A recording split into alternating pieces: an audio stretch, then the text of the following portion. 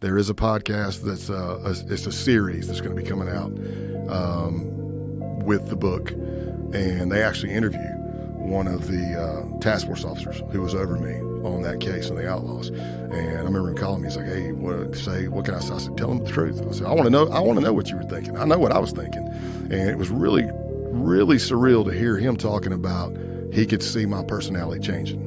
He could see, and like the FBI office might be saying, we want him to patch. And he was over here fighting, going, hell no, we're getting everything we need now. If he patches, then they can order him to do shit. And it was just really cool to hear that. But essentially for the case, it was me, an FBI case agent, and 2 task force officers. We had Detective Joe Cummins from Brockton PD, Sergeant Higginbottom from the Massachusetts State Troopers, and then an agent with the FBI. And that was it. I mean, they would add some here and there, but for 2 years, that was it. It was us. So now we get to this point to where we're like, man, let's do this drug protection. And the assistant United States attorney was like, hey, if you're going to be at the clubhouse, or do they talk about this at the clubhouse? I'm like, yeah. And he goes, well, that'd be awesome if we could get that recorded, because it helps, right, to show what they're planning on doing. So the night before the deal's supposed to happen, they don't know it, but we've got 40 kilos of real cocaine and 1,000 pounds of weed, real. So you can imagine SWAT teams are involved. Because, can you imagine if the FBI lost 40 kilos of cocaine and Brockton and Taunton's are all wide awake for the next week, or there's ODs, because that's a liability. Did you say you had 40 kilos? There's only 39 here. I don't know. No, I'm just messing with you. But, so they say, hey, Joe Dogs calls me. It's night of church. He says, hey, I need you to come to the clubhouse. I'm like, all right, cool. And, of course, I'm thinking, I'm type A. I'm Scott Payne. I got this. Let's go do this, man. These are my boys. I've been doing this a year and a half. And I went into the clubhouse, and what I couldn't see, and I won't say where the recording devices were at because that's tradecraft, but let's just say I had a video and recording device hidden somewhere in my clothing. I had a completely audio recording device somewhere else on me, and I had a transmitter, batteries, so the team could listen in.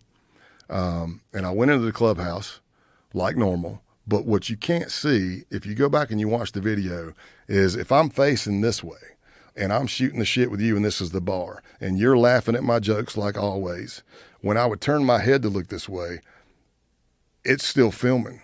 And I didn't see it because I turned my head. They go stone face. Oh. And I missed it. I didn't see it. I do know that when I got to the clubhouse, I knock on the door. I'm knocking on the door. I'm like, what the Joe Dog's props. And he goes, hey, we're not ready yet. And I'll go to them, why the hell did you tell me to come? I was being smart. I'm like, what's the deal? Why would you say come if you're not ready? I didn't pick anything up.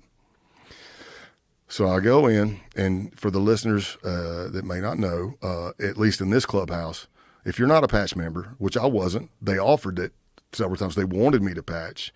But I'm with what I said for the task force officer. I said the same thing. I'm like, look, if I'm a probate and they say, get your shit text, we're going to go jack this dude, I kind of got to go. I mean, if I don't do it, I'm either getting kicked out or beat down or whatever. Right.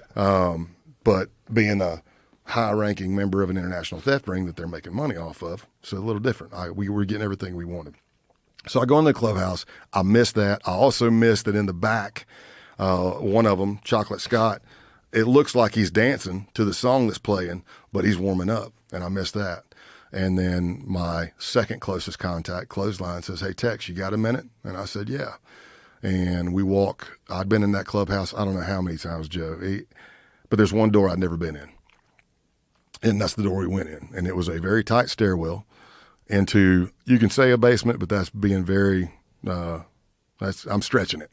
Because I could probably touch the wall on both sides and I couldn't stand up straight.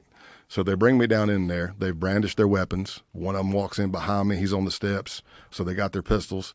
And my friend says, hey, there's a lot of shit going on. It's my job to take care of my brothers. I need you to write down your full name, your address, your phone number, all kinds of stuff. And I need you to take off all your clothes. I need to check you for a wire. Whoa. Here's the problem. Had I not been wired, embarrassing, yes. Naked with a bunch of men around you in a cold basement, yeah, that would have been bad, but it would have been no threat. But I was wired to the hilt, and So you think, man, do you fight? Do you try to get out? Well, there's already 2 or 3 there. I'm probably going to do some Tommy boy shit and knock myself out on the joist as soon as I start trying to fight. And then upstairs, there's 10 more outlaws. And that door, what I was getting into earlier, I didn't say, if you're not a patch member, you can't touch the door. That door has more than one deadbolt on it. They had welded metal hooks to the frame and put one of those like shipyard metal bars across. So from a breacher standpoint, it's a fortified door. It might be easier to breach the wall next to it. So we're down there in the basement. And when I go to write my name down, I forgot my middle name. And that's because I was having an oh crap moment. I had an adrenaline dump. Same thing as cops in shootouts, military in shootouts, somebody in a car wreck, first time, everything. When you're having that adrenaline dump, everything slows down.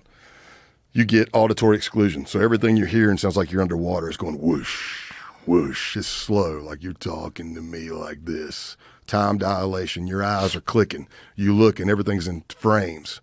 Everything's slowing down. Your hamstrings get really rubbery. You feel your heart beating. You feel everything pulsing. And what seems like 10, 15 minutes is probably 30 seconds. And that happens. That's an adrenaline dump. So that was happening.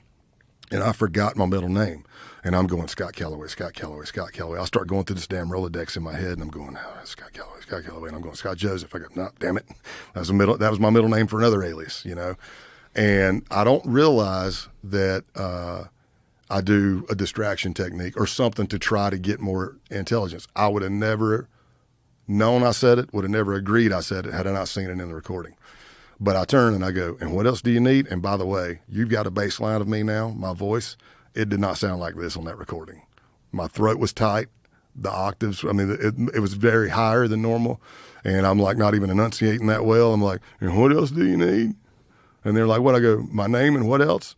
Well, now I hear them scream up and they go, what else do you need for that website? So now I know, oh, they're going to Google me. Back then there was who'sarat.com, things like that.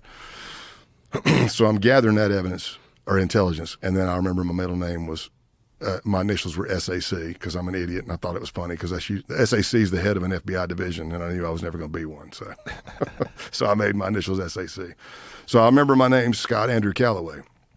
And then I write that down. Well, now I take off all my clothes. I take off my outer clothing, all my shirts. I take my boots off, and I basically pull my underwear and jeans down around my ankles. So pretty much naked from ankles. I'm definitely naked from ankles up. And he starts searching me. And I'm having an oh shit moment. And he's trying to talk to me, and like we had known each other for a year and a half. So I'm not saying it out loud, but if you saw what my face was saying, what my face is saying and asking is, tell me I'm okay. Is this okay? Well, clothesline, because we were tight, hits me back with a face look that's like everything's all right. This is just procedure. However, he didn't know that I'm an undercover agent and I'm wired. So that adds a whole other issue. So he searches me. I think we're done. He even tells me, he says, trust me. If somebody accused me of being a Fed, I'd probably smash them in the fucking mouth. And I said, those are his words. And I immediately said, well, I'm not happy. I'll tell you what I did do. I did look to make sure there was no plastic on the floor. And I've had people ask me, what does that mean? And I go, well, listen, if you're in the criminal underbelly of society and there's plastic on the floor and they're telling you to walk on it. They're going to cut you open. Yeah. You get it's to clean up the blood. Yeah. I didn't see that. I saw a rope. I saw pistols. And I knew I didn't have a chance in hell of getting out of there in one piece. So he finishes, and he's saying something. He goes, wouldn't you be suspect if somebody comes to your town and starts doing all this shit with you? I said, yeah, if you came to me. I didn't come to you guys. Y'all called me over. Nobody has to do this shit. I'm like, what do we, nobody has to do anything, right? And I think we're done. So I pull my pants back up, and I think we're done.